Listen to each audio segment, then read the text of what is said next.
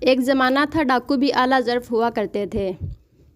ایک morning show میں بیگم بلقیس ایدھی سے سوال کیا کہ اپنی زندگی کا کوئی دلچسپ واقعہ سنائیں۔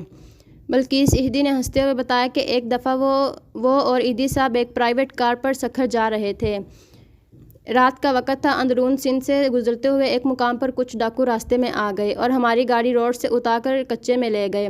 وہاں پہلے سے کچھ گاڑیاں کھڑی تھیں اور ڈاکو لوٹ مار میں مصروف تھے۔ تھوڑی دیر میں ایک ڈاکو ہماری طرف آیا اور ڈرائیور اور ایدھی صاحب کو باہر نکلنے کا کہا۔ ان دونوں کی تلاشی لی اور جیب خالی کرا لی۔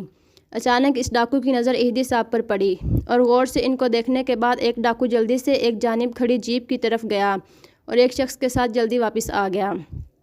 اس شخص نے ٹارچ کی روشنی ایدھی صاحب کے چہرے پر ڈالی اور پوچھا، آپ عبدالستار ایدھی ہیں؟ جواب ہاں پر ملا تو ڈاکو کا سردار ایک دم پریشان ہو گیا۔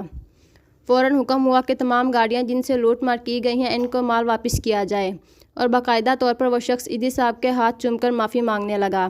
مزید حیرت کی بات یہ ہوئی کہ جب وہ ڈاکو ہمیں رخصت کرنے لگا تو 20 لاکھ روپے بطور چندہ ایدھی صاحب کے حوالے کیا۔ ایدھی صاحب کے انکار پر بولا، سر جب میرے جیسے گنہگار پولیس مقابلے میں مارے جاتے ہیں تو ہمارا کوئی رشتہ دار ہماری لاش تک نہیں وصول کرتا اور ایدھی ہی ہماری لاش کو کفناتا ہے اور دفناتا ہے۔ ایک زمانہ تھا ڈاکو بھی اعلیٰ ظرف ہوا کرتے